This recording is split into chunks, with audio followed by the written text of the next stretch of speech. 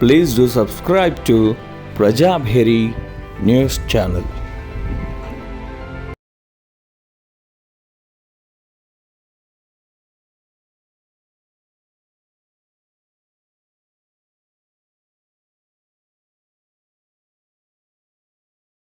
ఈరోజు నవభారత నిర్మాత దేశ తొలి ప్రధాని పండిత్ జవహర్లాల్ నెహ్రూ గారి వర్ధంతి సందర్భంగా 60వ వర్ధంతి సందర్భంగా ఆయనకు ఘనంగా నివాళులు అర్పిస్తున్నాం. జిల్లా కాంగ్రెస్ పార్టీ కార్యాలయంలో నాతో పాటు ఈ కార్యక్రమంలో ఉన్నటువంటి జిల్లా కాంగ్రెస్ కమిటీ ఉపాధ్యక్షుడు రామిరెడ్డి గారు, ఈవీఎంల యొక్క రక్షణలో భాగంగా, ఓటర్ లిస్టుల నిర్మాణంలో భాగంగా పనిచేస్తున్నటువంటి తమ్ముడు రాజా నరేందర్ గౌడ్ గారు, వివిధ హోదాల్లో ఉన్నటువంటి సోదరులు, ముఖ్యంగా నా సోదరిమణులు, రాష్ట్ర జిల్లా మహిళా కాంగ్రెస్ నాయకులు, ఎలక్ట్రానిక్ ప్రింట్ మీడియా, మీ అందరికీ హృదయపూర్వకంగా స్వాగతం తెలియజేస్తూ ఈ 60వ వర్ధంతి సందర్భాన్ని పురస్కరించుకొని తొలి ప్రధాని పండిత్ జవహర్లాల్ నెహ్రూ గారి జ్ఞాపకార్థం ఈ దేశం ఎప్పుడు కూడా నెహ్రూ గారిని స్మరించుకుంటూ ఆయన నవీన భారత నిర్మాణంలో మొట్టమొదట ఈ దేశంలో ఆ రోజు ఉన్నటువంటి పరిస్థితుల్లో మనకు సాగునీటి రంగంలో అనేక విప్లవాత్మకమైనటువంటి మార్పులు తీసుకొచ్చి ఈ దేశంలో ఉన్నటువంటి అతిపెద్ద ప్రాజెక్టు బాక్రానంగల్ కానీ, శ్రీరామ్ సాగర్ ప్రాజెక్టు కానీ, శ్రీశైలం ప్రాజెక్టు కానీ, నాగార్జున సాగర్ ప్రాజెక్టు కానీ అనేక ప్రాజెక్టు నిర్మాణం చేసి మనం ఈరోజు ఏదైతే భారతదేశం ఆ రోజు తినడానికి తిండికి కూడా కరువున్నటువంటి పరిస్థితుల్లో ఈరోజు ఈ దేశం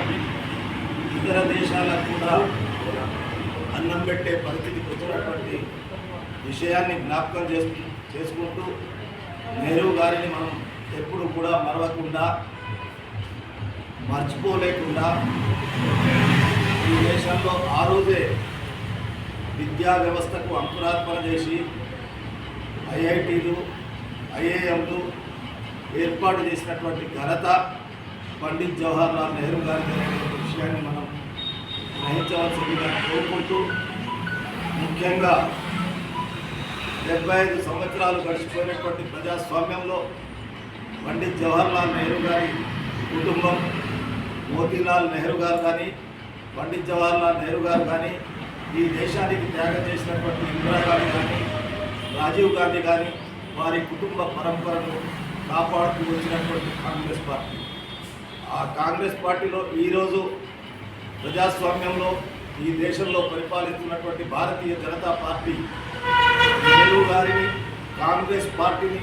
నామరూపాలు లేకుండా చేయడానికి ప్రయత్నం చేస్తున్నటువంటి సమయంలో ప్రజాస్వామ్యాన్ని కాపాడడానికి, ముఖ్యంగా రాజ్యాంగాన్ని కాపాడడానికి